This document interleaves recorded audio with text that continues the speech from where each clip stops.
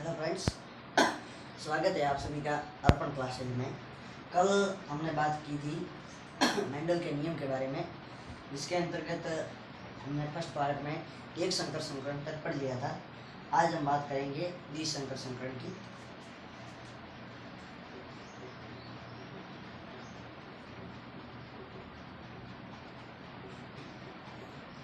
द्विसंकर संकरण क्या होता है?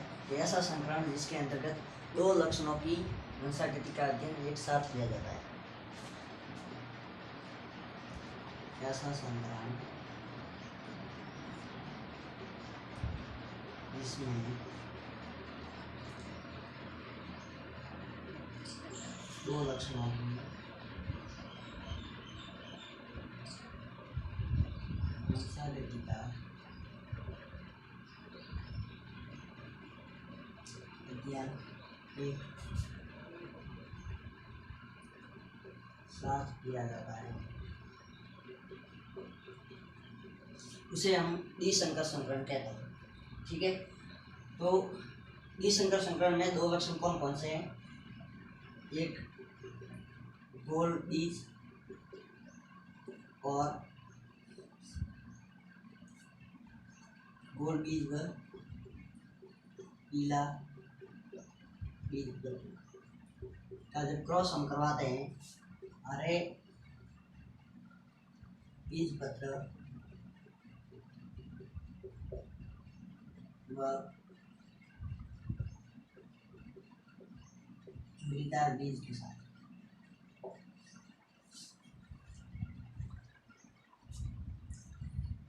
अब यहाँ पे हम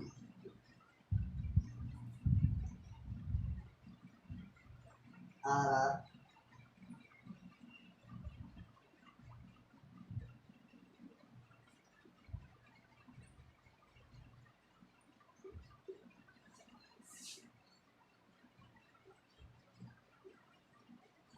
वाई वाई के साथ में जब करवाते हैं, तब ये पेरेंटल है और F1 PD के अंदर हमको आर और वाई वाई यानी कि गोल व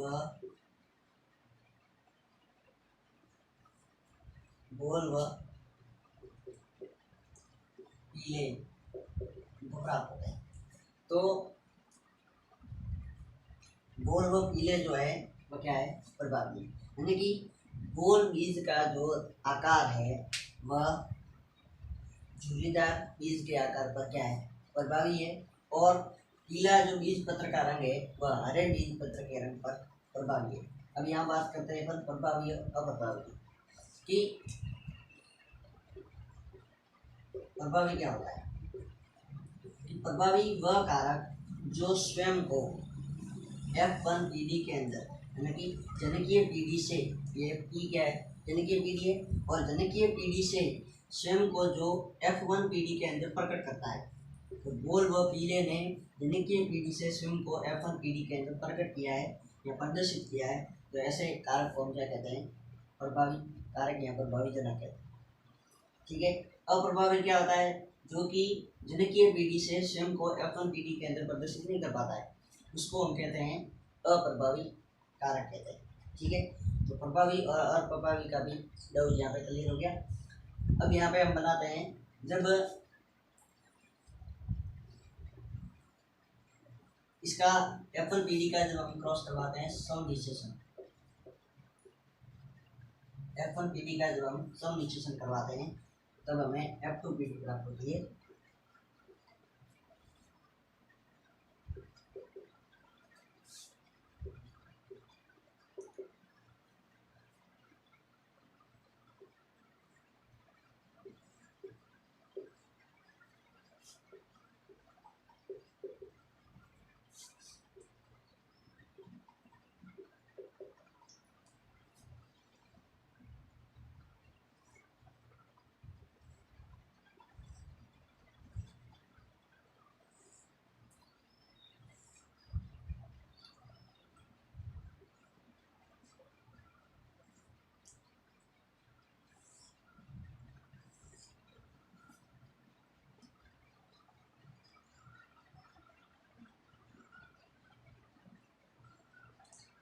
are Y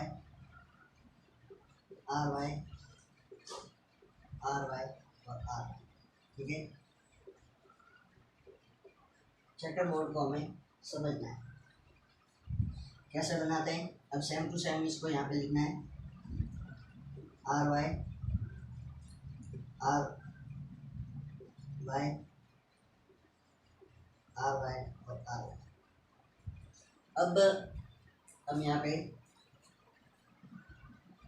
R R Y Y, ठीक है, R R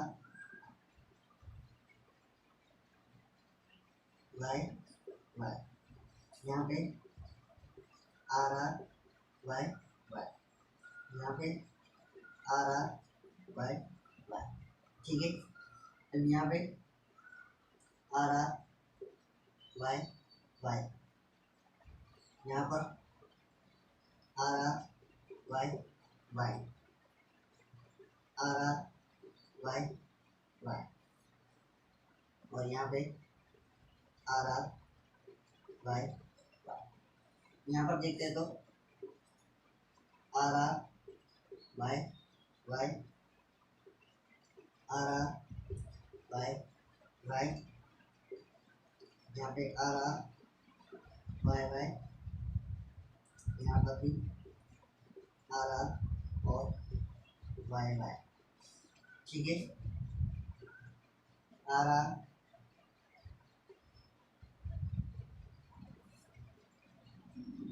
R R Y Y, यहाँ पर आर आर वाई वाई, यहाँ पर आर आर वाई वाई, और यहाँ पर आर आर वाई वाई, ठीक है। इस तरीके से ये चेकर बोर्ड प्राप्त होता है, जिसमें लक्षण प्रारूप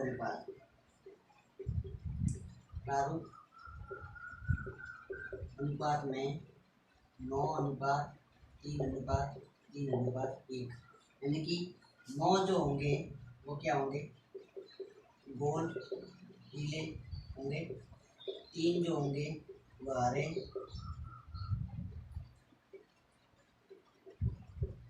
झुर्रीदार होंगे, और 3 जो होंगे वह पीले पीले झुर्रीदार होंगे, और एक जो होगा वह हरा और गोल होगा, ठीक है। तो इस तरीके से, और अब इसका जीन प्रारूप अनुपात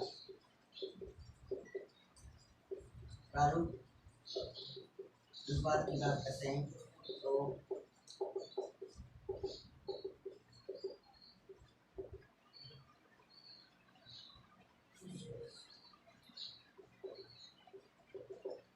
ये इसका जीन प्रारूप अनुपात है 12:12:24:12:1, ठीक है। तो इस प्रकार से ये संकर संकरण है। इसके अंदर हमने डिस्कस किया है कि जब गोल बीज व पीले बीज पत्र का संकरण, जब हम हरे बीज व झुर्रीदार हरे बीज पत्र व झुर्रीदार बीज के साथ करवाते हैं तो FLPD के अंदर गोल व पीले हमें प्राप्त हो जाते हैं, जो कि प्रभावी है। अब इनका जब हम स्वनिश्चेषण करवाते हैं तो F2PD के अंदर लक्षण प्रारूप अनुपात और जीन प्रारूप अनुपात हमें ये प्राप्त होता है, जीनोटाइप एंड फिनोटाइप रेशियो। तो इसी के साथ जो एक संकर संकरण और 30 संकर संकरण हमारा क्लियर हो गया। अब हम आगे बात करेंगे मेंडल के नियम के बारे में।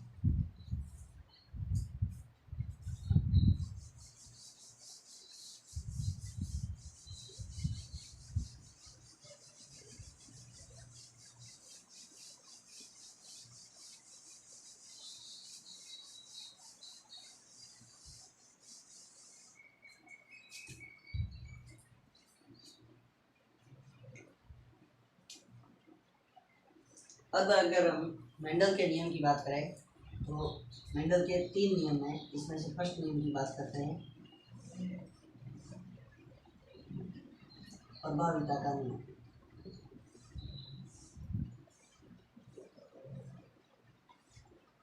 प्रभाविता का नियम। मेंडल ने जब बोने पादप और लंबे पादप, शुद्ध लंबे पादप और शुद्ध बोने पादपों का जब संकरण करवाया, तब F1PD के अंदर उसे शुद्ध लंबे पादप ही प्राप्त हुआ। तो जो देखो, जब शुद्ध लंबे व शुद्ध बोने पादपों का जब संकरण करवाया, तब F1PD के अंदर उसको शुद्ध लंबे पादप ही प्राप्त हुए। तब यहाँ पर जो शुद्ध लंबे पादपों का लक्षण है वह शुद्ध बोने पादपों पर क्या है, प्रभावी है ना। यानी कि शुद्ध लंबे पादप के लक्षण ने शुद्ध बोने पादप के लक्षण को प्रकट होने नहीं दिया F1PD में। तो यानी कि शुद्ध लंबे पादपों का जो लक्षण है वह बोने पादपों पर क्या है, प्रभावी। ठीक है, तो इसको कैसे लिखेंगे, तो लिखना पड़े हमें तो इस जब मेंडल ने शुद्ध लंबे पादपों का संकरण जब शुद्ध बोने पादपों के साथ में करवाया, तब F1PD के अंदर उसको सभी बोने पादप प्राप्त हुए। यहाँ पे जो शुद्ध लंबाई का लक्षण है वह शुद्ध बोने पादपों के लक्षण को प्रकट होने नहीं देता है F1PD में। अर्थात जो शुद्ध लंबे पादप का लक्षण है वह शुद्ध बोने पादपों पर क्या है, प्रभावी है। इसे हम प्रभावीता का नियम कहते हैं। और यह नियम जो है वह एक संकरण पर आधारित है। इस पर है, एक संकरण पर आधारित है।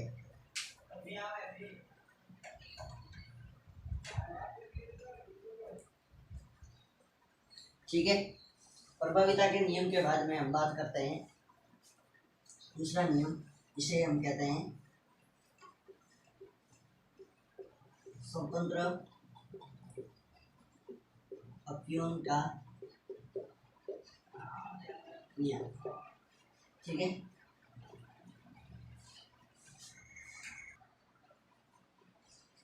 क्या होता है स्वतंत्र अपव्यय का नियम, कि जब दो विपर्यासी लक्षणों का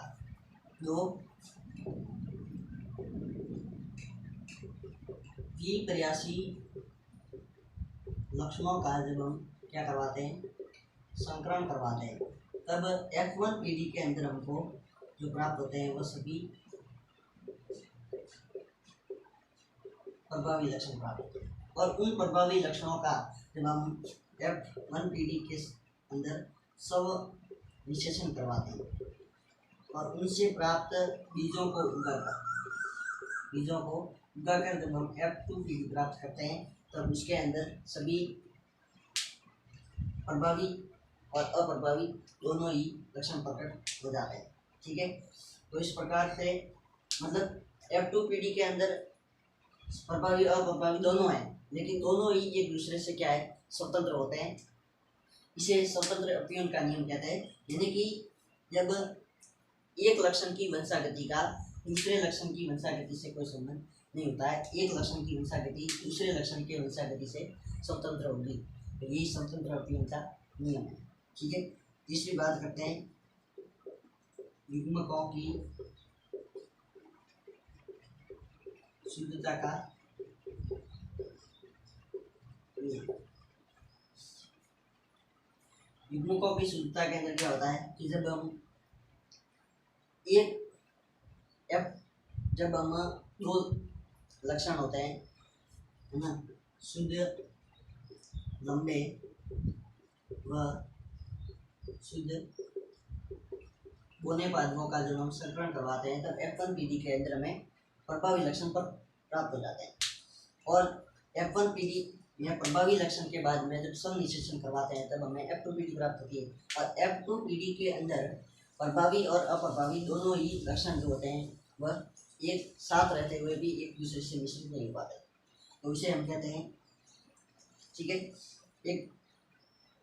एक साथ रहते हुए भी F2PD के अंदर प्रभावी और अप्रभावी दोनों ही एक साथ रहते हैं, फिर भी वह एक दूसरे से मिश्रित नहीं हो पाते, है ना। और जब युग्म विकल्पियों का जब विसंयोजन होता है तब एक दूसरे से स्वतंत्र होता है।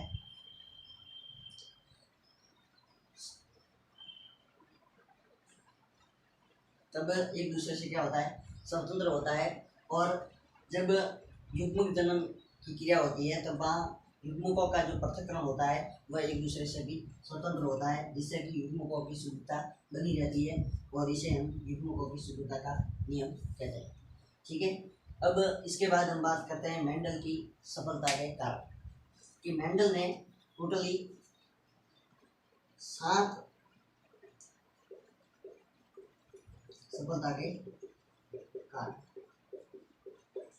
के कारण क्या है कि मेंडल ने टोटल 7 विप्रयासी लक्षणों पर अध्ययन किया था। और जिन 7 विप्रयासी लक्षणों पर अध्ययन किया वो लक्षण वे सभी लक्षण अलग अलग गुणसूत्रों पर उपस्थित थे। पहली सफलता का इसका कारण क्या है कि जिन 7 विप्रयासी लक्षणों को उसने सूझ किया वो सभी अलग अलग गुणसूत्रों से संबंधित है, यानी कि उसको एक बार में एक ही प्रयोग करना पड़ा। ठीक है, दूसरी बात करते हैं कि उसने अपने प्रयोग केवल F3 पीढ़ी तक किए, F3 पीढ़ी तक किए। और तीसरा उसका कारण है कि एक समय में एक ही लक्षण का अध्ययन किया।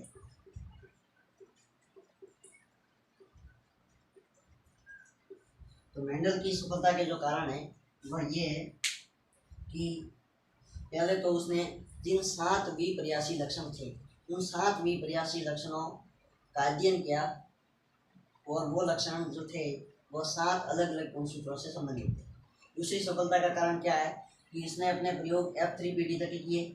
और तीसरा इसका कारण है कि इसने एक समय में केवल एक ही लक्षण का अध्ययन किया, यानी कि एक साथ 2 या 3 लक्षणों का अध्ययन इसने नहीं किया।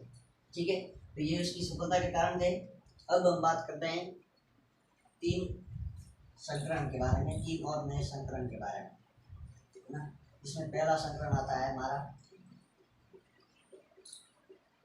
परीक्षण संकरण, इसे हम कहते हैं टेस्ट क्रॉस।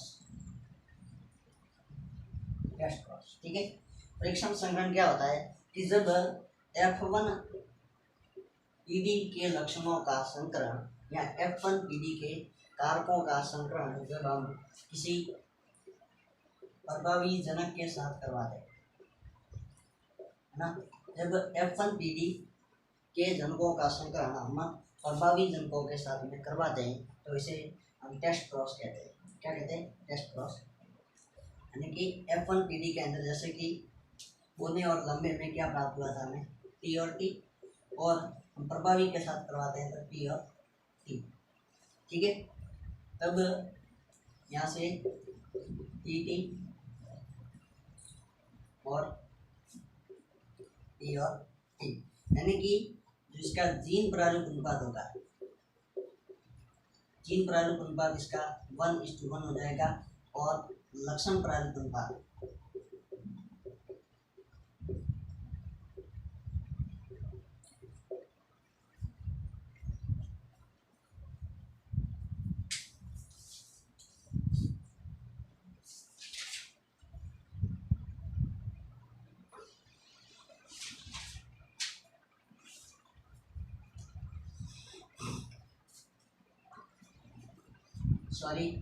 यहाँ पे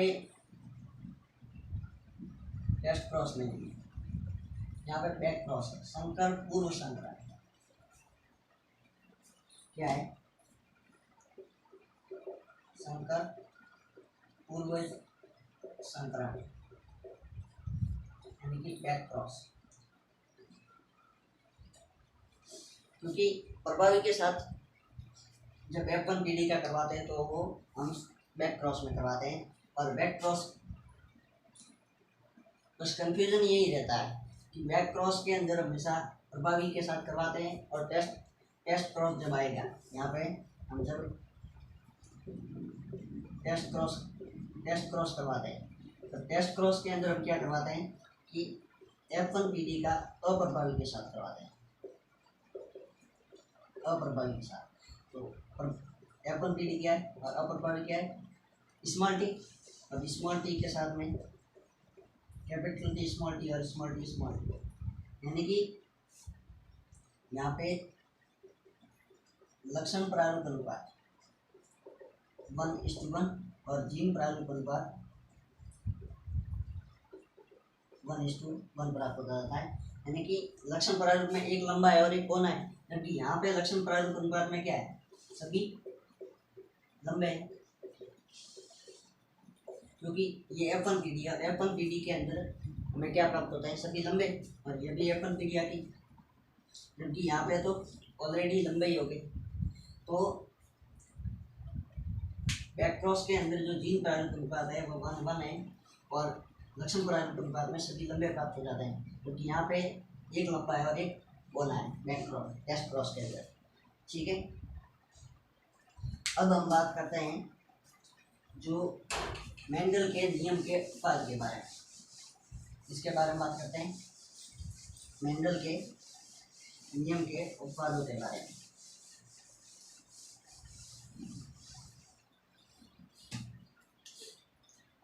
उत्पाद के अंदर सबसे पहले आता है अपूर्ण प्रभाविता।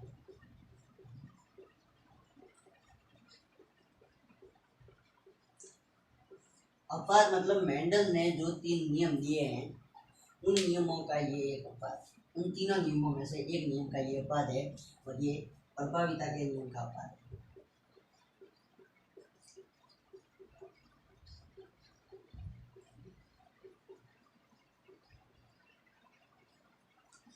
प्रभाविता के अंदर क्या कहते हैं कि जब हम प्रभावी और अप्रभावी का क्रॉस करवाते हैं तब F1 के अंदर क्या प्राप्त होता है, प्रभावी प्राप्त होता है। लेकिन जब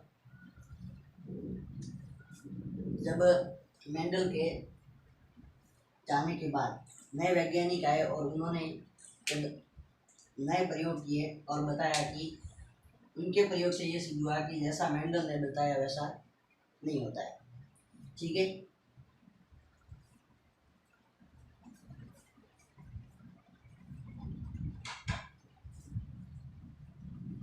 जैसा मेंडल ने बताया है वैसा नहीं होता है। तो यहाँ पे जब लाल पुष्प व सफेद पुष्प का जब क्रॉस करवाया जाता है तब F1PD के अंदर सभी गुलाबी पुष्प प्राप्त होते हैं, गुलाबी पुष्प प्राप्त होते हैं। तब यहाँ पे जो लक्षण प्रारूप अनुपात है,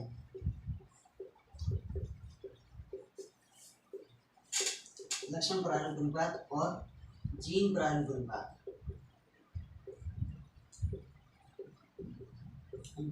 दोनों ही 1:1 के रूप में प्राप्त होते हैं F2PD के अंदर।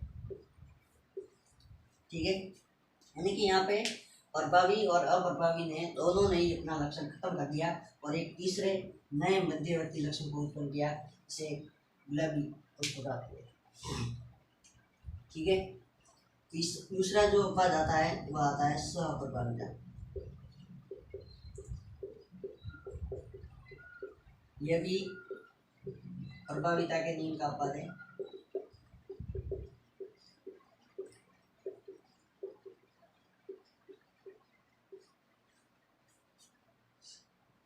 ठीक है, इसमें क्या होता है कि जब ये मवेशियों में त्वचा के रंग का उदाहरण है। इसमें जब लाल व सफेद का जब क्रॉस करवाते हैं तब F1PD के अंदर चितकबरे, चितकबरे मवेशी प्राप्त होते हैं F1 पीढ़ी के अंदर। तब यहाँ पे लक्षण प्रारूप अनुपात, अनुपात है मतलब जीन प्रारूप अनुपात,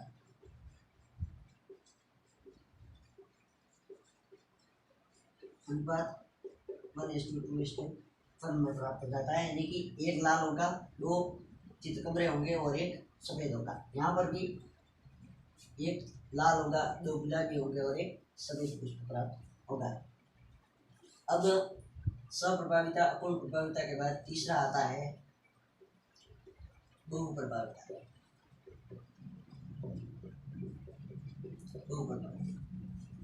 बहु प्रभाविता क्या होती है कि मेंडल ये कहता है कि एक कारक जो होता है या एक जीन जो होता है उसके द्वारा केवल एक लक्षण का ही निर्धारण किया जाता है। मेंडल ये कहता है कि एक कारक या एक जीन केवल एक ही लक्षण का निर्धारण करेगा। लेकिन आगे जब नए प्रयोग हुए और उन प्रयोगों में ये बताया गया कि एक जीन एक से अधिक लक्षणों का निर्धारण भी कर सकता है। और जब एक जीन एक से अधिक लक्षणों का निर्धारण करता है तो इस गुण को हम बहुप्रभाविता कहते हैं। और ऐसा जीन जो एक से अधिक लक्षणों का निर्धारण करता है उस जीन को हम बहुप्रभावी जीन कहते हैं। ठीक है। और बहुप्रभाविता क्या होती है कि ऐसा जीन एक जीन जो एक से अधिक लक्षणों का निर्धारण करता है उसे बहुप्रभाविता कहते हैं। और जो जीन एक से अधिक लक्षणों का निर्धारण करता है उसे बहुप्रभावी जीन कहते हैं। तो पकड़ लें, बहुप्रभावी जीन कहते हैं। ठीक है। अब इसका एग्जाम्पल क्या होता है? एग्जाम्पल होता है सिकल सेल एनीमिया।